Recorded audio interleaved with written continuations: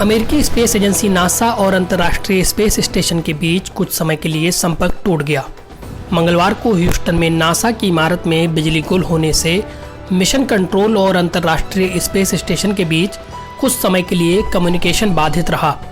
अंतरिक्ष एजेंसी को पहली बार बैकअप कंट्रोल सिस्टम का इस्तेमाल करना पड़ा। बत्ती गुल होने का मतलब था कि मिशन कंट्रोल ने कक्षा के बाहर मौजूद स्पेस स्टेशन के साथ कमांड, टेलीमेट्री और आवाज का संचार खो दिया।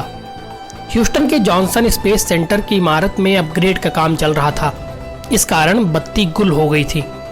आउटेज के 20 मिनट के अंदर स्पेस स्टेशन में मौजूद अंतरिक्ष यात्रियों को रूसी संचार प्रणालियों के माध्यम से इस बारे में सूचना दे दी गई।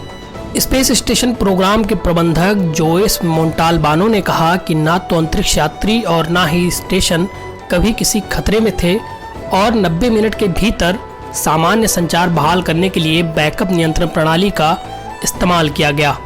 स्पेस स्टेशन में किसी भी तरह की समस्या नहीं हुई है, बल्कि यह पूरी तरह से एक जमीनी समस्या है।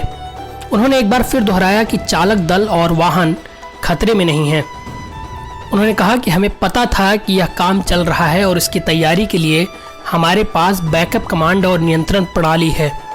बैकअप प्लान को हम मौसम की इमरजेंसी के दौरान इस्तेमाल करते हैं। मोंटाल्बानो का कहना है कि यह पहली बार हुआ है कि नासा को अपना कंट्रोल फिर से स्थापित करने के लिए इन बैकअप सिस्टम का इस्तेमाल करना पड़ा हो।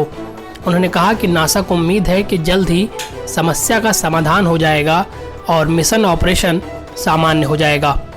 ह्यूस्टन से कई किलोमीटर दूर नासा के पास एक बैकअप सिस्टम है। किसी आपदा की स्थिति में अगर मेन सेंटर को बंद करना पड़े और स्पेस स्टेशन से संपर्क साधने में कोई समस्या ना हो, इसके लिए इसे बनाया गया है। लेकिन मंगलवार को जो हुआ उसमें फ्लाइट कंट्रोल सिस्टम नियंत्रण में था। इसके अलावा कमांड सेंटर की लाइटें और एयर कंडीशनिंग भी काम कर रही थीं।